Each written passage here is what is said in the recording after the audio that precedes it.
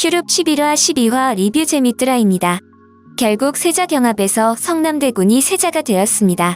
물론 세자경합에서 영의정과 대비가 모든 꼼수를 썼지만 결국은 성남대군이 세자가 됩니다. 흥미로운 것은 대비는 똑똑한 악당은 아닌 것 같습니다. 세자경합이 진행되자 영의정과 대비는 성균관 유생들의 아버지들을 회유하고 협박해서 여론을 의성군과 보검군에게 몰리도록 했습니다.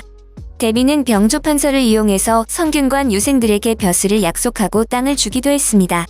하지만 영의정은 이조정랑의 부패를 들먹이며 협박을 했습니다.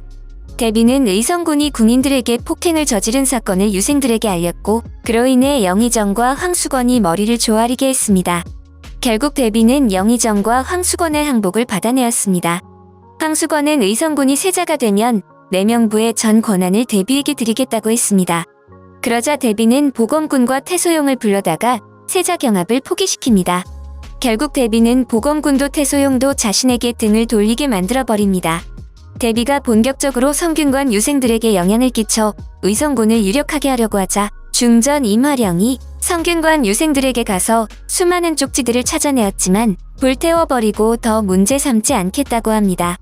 그리고 유생들 스스로를 지킬 수 있는 기회를 줍니다.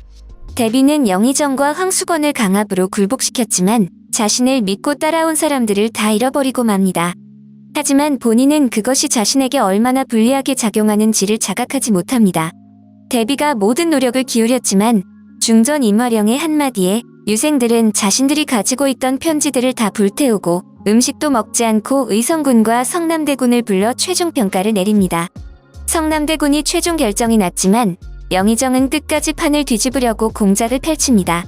성남대군의 친자 확인을 요구하고 합혈법을 시행할 것을 예상해서 합혈법에 쓸 물에 살모사 독을 섞어 왕의 피와 성남대군의 피가 섞이지 않게 합니다. 하지만 중전 임화령이 영의정과 황수건의 피를 똑같이 섞어보게 해서 합혈법의 근거가 없음을 밝힙니다. 그리고 대비와 왕자들을 불러 왕의 귀 뒤에 있는 독특한 뼈를 확인해서 친자를 확인하게 합니다. 결국 성남대군은 왕의 친자임이 증명됐고 왕은 더 이상 친자 논란을 하지 않도록 엄포를 놓습니다. 여기서 대비는 황수건의 아들 의성군에게는 다른 왕자들처럼 귀 뒤에 있는 독특한 뼈가 없음을 알아버리고 맙니다.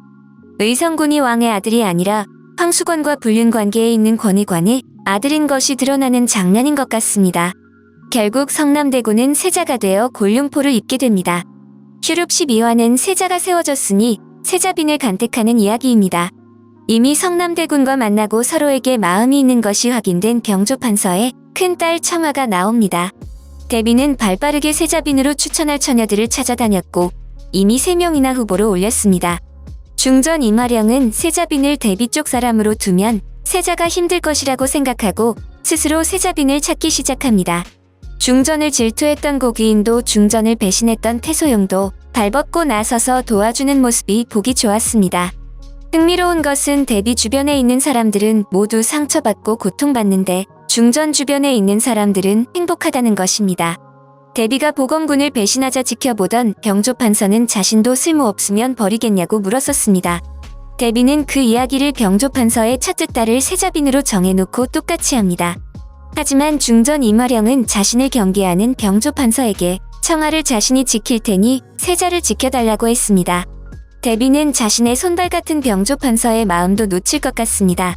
어느 아버지가 자기 딸을 이용해 먹을 사람에게 계속 호의적일 수 있겠습니까?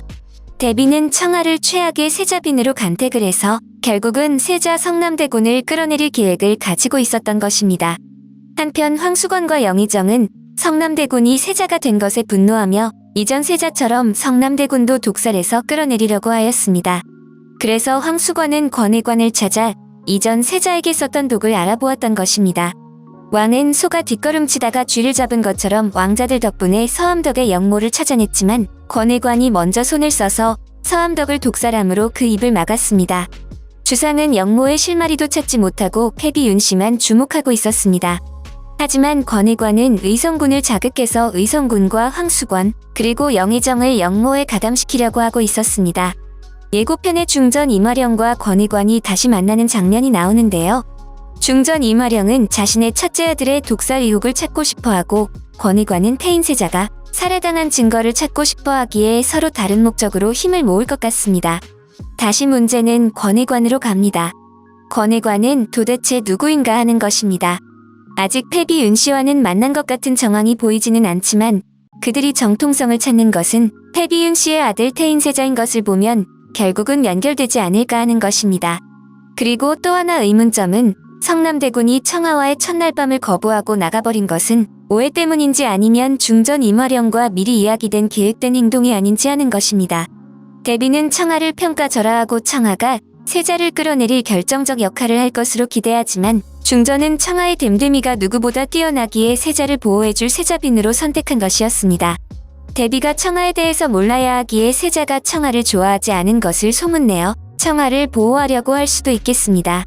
초월이가 무한대군의 아들을 데리고 나타나고 청하가 첫날 밤 소박을 맞고 의성군이 영모에 가담하니 다음 화의 이야기도 파란만장할 것 같습니다. 재밌더라였습니다. 이 영상이 마음에 드셨다면 좋아요와 구독 부탁드립니다. 좋아요와 구독은 영상 제작에 큰 힘이 됩니다. 감사합니다.